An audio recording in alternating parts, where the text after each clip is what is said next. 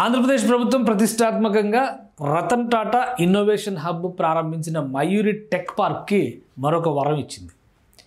8 అంతస్తులు ఉన్నటువంటి ఈ టెక్ పార్క్లో 8వ అంతస్తు మొత్తం 50,000 ఎస్ఎఫ్టీని పూర్తిగా Ratan Tata innovation hub central కేంద్రంగా, అంటే కేంద్ర ఆఫీస్గా, దాన్ని హెడ్ ఆఫీస్ కింద చెప్పాల్సి ఉంటుంది, డిజైన్ చేసింది ప్రభుత్వం.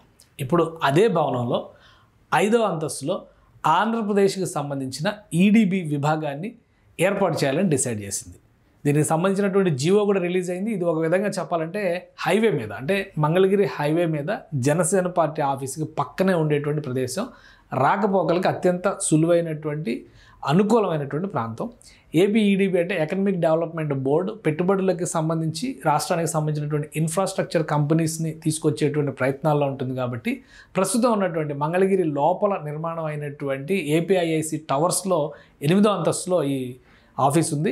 అక్కడికంటే కూడా హైవే మీద ఉంటే కనెక్టివిటీ బాగుంటుందన్న ఉద్దేశంతో రాష్ట్ర ప్రభుత్వం ఈ నిర్ణయం తీసుకున్నట్టుగా తెలుస్తుంది. ఇది మయూరి టెక్ పార్క్కి సంబంధించినటువంటి దృశ్యం. ఇందులోనే టాటా ఇన్నోవేషన్ హబ్ ఒక్కరోజు క్రితమే ప్రారంభమైంది. సో ఇది మొత్తం 8 అంతస్తుల బిల్డింగ్ ఇది.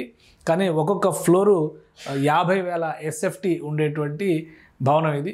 కాబట్టి దాదాపు 4.5 లక్షల ఎస్ఎఫ్టీ స్పేస్ ఉండేటువంటి భవంతి. ఇందులో ఇప్పుడు ఈ ఈడీబీని ఏర్పాటు చేయడానికి కావాల్సినటువంటి నిర్ణయం రాష్ట్ర ప్రభుత్వం తీసుకుని దానికి సంబంధించినటువంటి జీవోను కూడా రిలీజ్ చేసింది. జిఐడి ఈరోజు రిలీజ్ చేసినటువంటి ఆర్డర్ కాపీ చూస్తే కనుక మనకి ఒక క్లారిటీ వస్తుంది. 8th floor of APIIC tower Mangalagiri Guntur district to new building located at 5th floor Mayuri tech park Mangalagiri Guntur districts. అంటే లొకేషన్ ఒక దగ్గరే, కాకపోతే ఏంటంటే కొంచెం డిస్టెన్స్ మారుతుంది.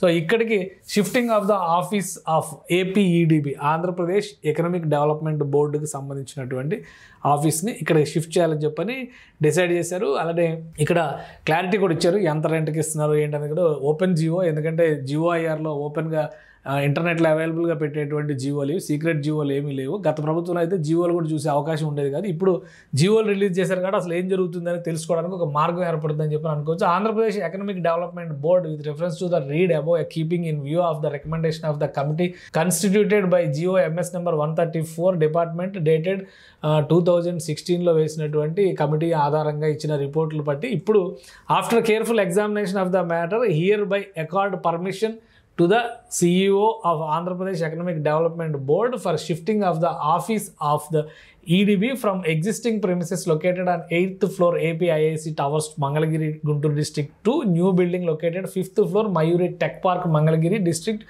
Guntur district with a rent of rupees 30 per square feet including GST. ఇది ఒకసారి క్లియర్గా చూసుకోవాల్సింది, ఎందుకంటే వీటి మీదే కదా ఇష్యూస్ ఎక్కువ నడుస్తూ ఉంటాయి. స్క్వేర్ ఫీట్కి 30 రూపాయలు చొప్పున ఇంక్లూడింగ్ జిఎస్టీ ఇక్కడ ఆఫీస్ ఏర్పాటు చేయడానికి రాష్ట్ర ప్రభుత్వం అనుమతి ఇచ్చింది ఏపీ ఈడీబీకి to the extent of 18,632 square feet తీసుకున్నారనమాట రెంట్కి. సో ఇక్కడ రెంటబుల్ ఏరియా, అంటే with immediate effect for the rentable area excluding the parking area as per the provisions of GO with reference. అది మొత్తం ఇచ్చింది.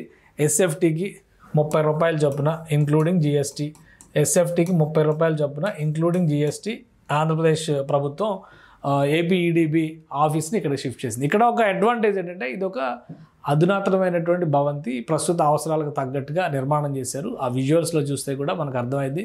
రోడ్ కనెక్టివిటీ పరంగా చూసినా కానీ ఈ ప్రాంతం అంతా కూడా యాక్సెసిబిలిటీ అనేది చాలా పర్ఫెక్ట్గా ఉంటుందనే అభిప్రాయం ఉంది. అందుకనే ఈ మయూరి టెక్ పార్క్ని ఒక ప్రీమియర్ ఏరియా కింద రాష్ట్ర ప్రభుత్వం, ఇది చూస్తే మీకు క్లియర్గా అర్థమవుతుంది. హైవే మయూరి టెక్ పార్క్ మొత్తం NH-45 హైవే అనమాట, అంటే కలకత్తా చెన్నై హైవే అంటారు కదా. సో ఆ రోడ్డు పైన చాలా క్లియర్గా కనిపించేటువంటి చుట్టుపక్కల ఉన్నటువంటి నిర్మాణాలు కానీ యాక్సెసిబిలిటీ కానీ చాలా ఈజీగా ఉంటుంది. ఆంధ్రప్రదేశ్కి సంబంధించినటువంటి ఏ కార్యకలాపాలు జరిగినాయి అంటే ఈడీబీ ఎక్కువగా డీల్ చేసేది ఇండస్ట్రియలిస్టులతో, అలానే పెట్టుబడిదారులతో, వాళ్ళతోనే ఎక్కువ మీటింగ్స్ అవి ఉంటాయి. కాబట్టి మెయిన్ రోడ్డు పైన ఉంటుందనేటువంటి అభిప్రాయంతో దీనిపైనే రాష్ట్ర ప్రభుత్వం ఫోకస్ పెట్టి పర్మిషన్ ఇచ్చినట్టుగా తెలుస్తుంది. సో ఎస్ఎఫ్టీ 30 రూపాయలు చొప్పున చేశారు కాబట్టి అది కూడా 18,000 ఎస్ఎఫ్టీ వరకు ఇందులో తీసుకున్నారు. 5th ఫ్లోర్లో ఒక్కొక్క ఫ్లోరు ఇందులో దాదాపుగా 50,000 ఎస్ఎఫ్టీ సైజ్ ఉండేటువంటి. ఒకసారి మనం రతన్ టాటా ఇన్నోవేషన్ హబ్కి సంబంధించిన వీడియోస్ చూసినా కానీ ఇందులో క్లారిటీ వస్తుంది. ఇది రతన్ టాటా ఇన్నోవేషన్ హబ్ కోసం తీసుకున్నటువంటి స్పేస్, ఇది ప్రీమియర్ స్పేస్ మొత్తం అంతా కూడా లోపలంతా జరుగుతున్నట్టు అంటే మొత్తం అరేంజ్మెంట్స్, క్యాబిన్స్ ఇవన్నీ కూడా అరేంజ్ చేసుకున్నారు. ఇంత పెద్ద స్పేస్ ప్లస్ వచ్చిన వాళ్ళని అకామిడేట్ చేయడానికి కూడా అవకాశం ఉంటుందనేటువంటి ఆలోచనతోనే రాష్ట్ర ప్రభుత్వం ఈ ఈడీబీని కూడా ఈ భవనంలోకి మార్చింది. ఇంకా ఇందులో 8 అంతస్తులు ఉన్నాయంటే ఇంకా చాలా స్పేస్ ఉంది. అలానే ప్రైవేట్ కార్పొరేట్ కంపెనీలు కూడా ఇందులోకి వస్తాయని చెప్పని చెప్తున్నారు.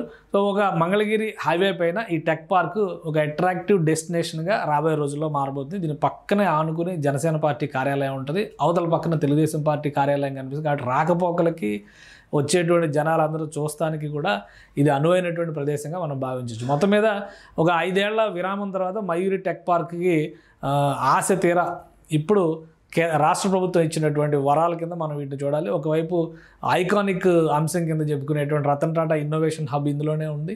అలానే ఇప్పుడు ఈడీబీ ఆఫీస్ కూడా ఇందులోనే ఏర్పాటవుతుంది. సుమన్ టీవీలో మీ పర్సనల్ అండ్ బిజినెస్ ప్రమోషన్స్ కోసం కింది నెంబర్కి కాంటాక్ట్ చేయండి.